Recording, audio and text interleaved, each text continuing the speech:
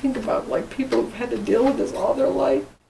This is a support group in Boulder, Colorado, for people who suffer from pain that's lasted for years. If you have ever hit your hand with a hammer or been in a dental office and had your teeth drilled without Novocaine and to where they hurt, imagine that didn't stop. Charles Horowitz, the counselor who leads the group, has chronic back pain. Docs don't seem to understand what's going on. First they say, well, let's try this, let's try that, it's probably this.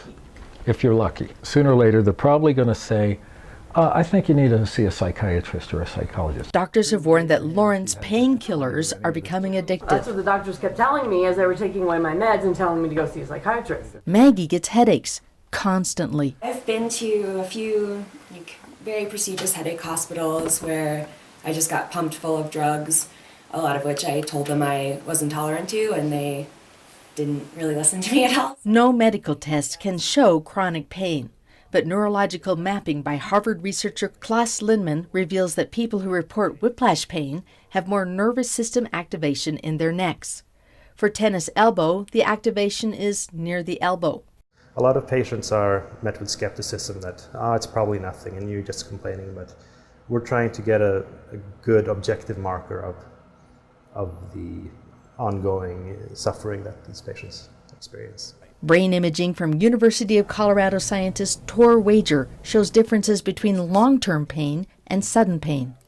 Sudden pain involves brain centers that govern fast action. So when I touch that hot cup of coffee, the pain signaling goes from my body to many places in my brain at once. In contrast, chronic pain activates areas tied to emotion and memories. So when we have people experience this hot stimulus and then imagine that it's burning your hand, bubbling, blistering, it gets worse. But when people focused on calming images, the pain eased. When people imagine the warm blanket on a cool day, the increased activity in this system and the pain went down. Your ability to work with pain mentally can have effects on how this system amplifies or diminishes pain. This makes sense to Horowitz, who over the years has devoted more time to meditation and friends, which are forms of reframing pain.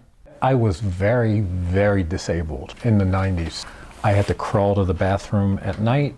I still have 40% chronic pain every day, but I knocked off 60% of it. And one of the steps was being around people. Horowitz is hopeful that in the years ahead, discoveries from researchers mapping the brain will lead more people out of chronic pain.